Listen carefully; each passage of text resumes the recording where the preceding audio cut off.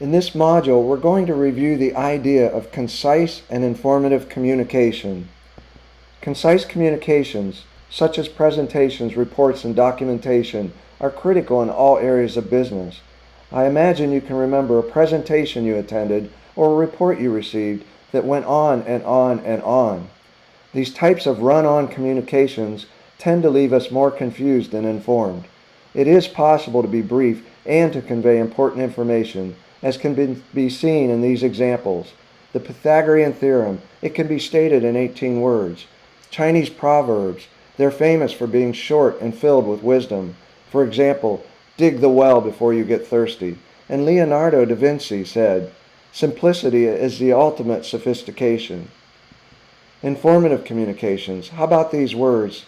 Rather far, relatively short, very small, extremely heavy, fairly new, very long, pretty old, and so on. So why would I suggest these words are not informative when they're used all the time? Have you ever attended a meeting that went something like this? The process takes way too long, so we're going to shorten it a lot. You would most certainly say that was not informative, and obviously I'm kidding. No experienced project manager or problem solver would use these words to describe a process or project. However, it's important to instill a culture of concise and informative communications. Let's look at these examples. It's an extremely long drive. So how long is the drive? If you or I or anyone we know were to put numbers in this line, most certainly none of us would put the same number, or very few of us would.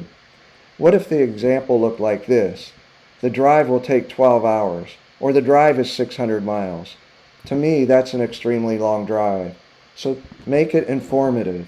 Here's another example. I waited a very long time. So how long did you wait? To each of us, a long time could be very different. In this example, I waited for 3 hours. To me, that was a long time.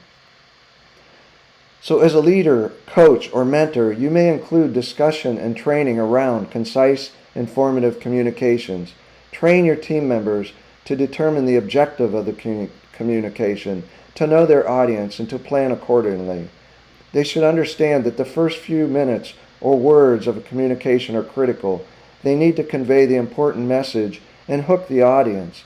They must spend time reviewing, practicing, and refining their reports and presentations to find the perfect balance between detail and brevity, thereby meeting the intent of concise and informative communications. So don't forget to download your complimentary Excel toolboxes.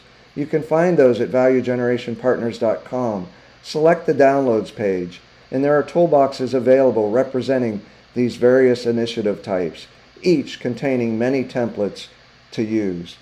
So good luck practicing and implementing concise and informative communications.